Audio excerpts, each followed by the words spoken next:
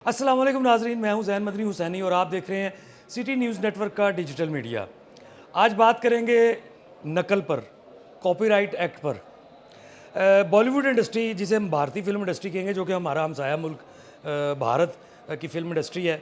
पूरी दुनिया में उसकी फिल्में जो हैं वो देखी जाती हैं, लेकिन नकल करने से वो कभी बाज नहीं आते।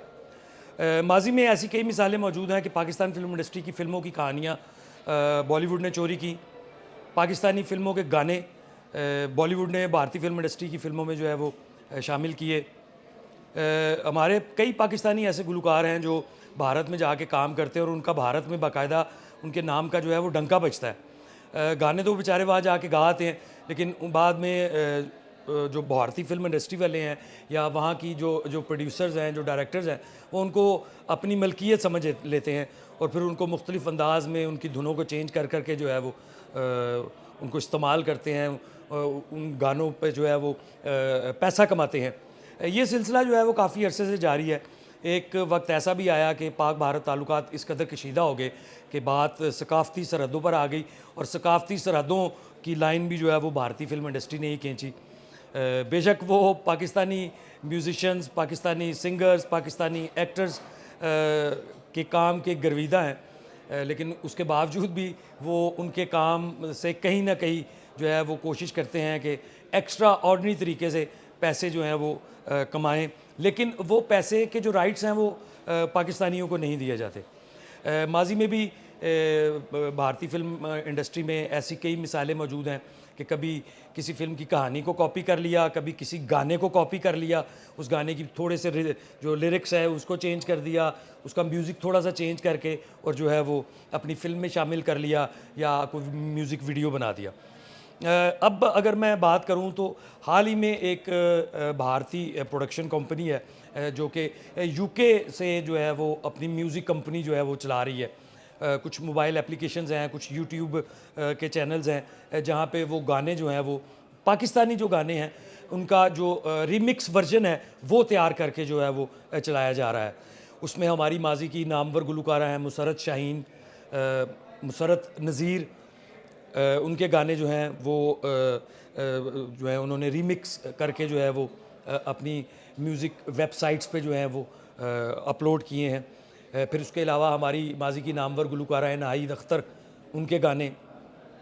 हुमैरा चन्ना के गाने,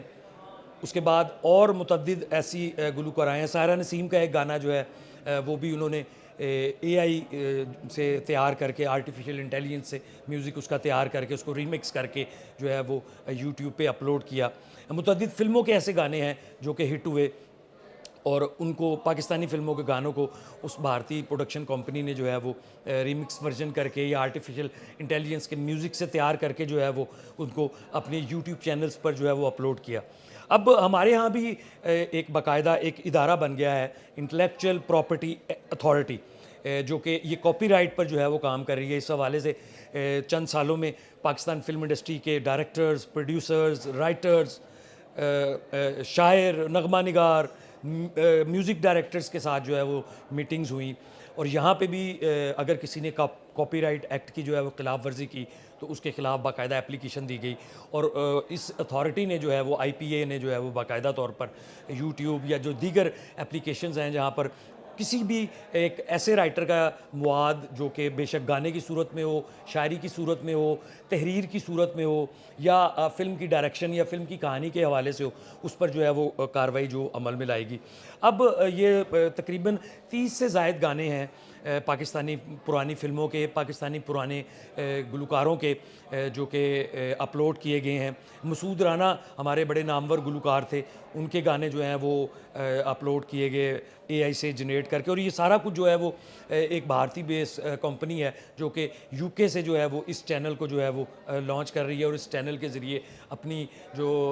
रीमिक्स पाकिस्तानी गाने हैं उनको अपनी प्रॉपर्टी ज़ाहिर करके जो है वो अपलोड कर रही है और लाखों रुपया जो है वो कमा रही है।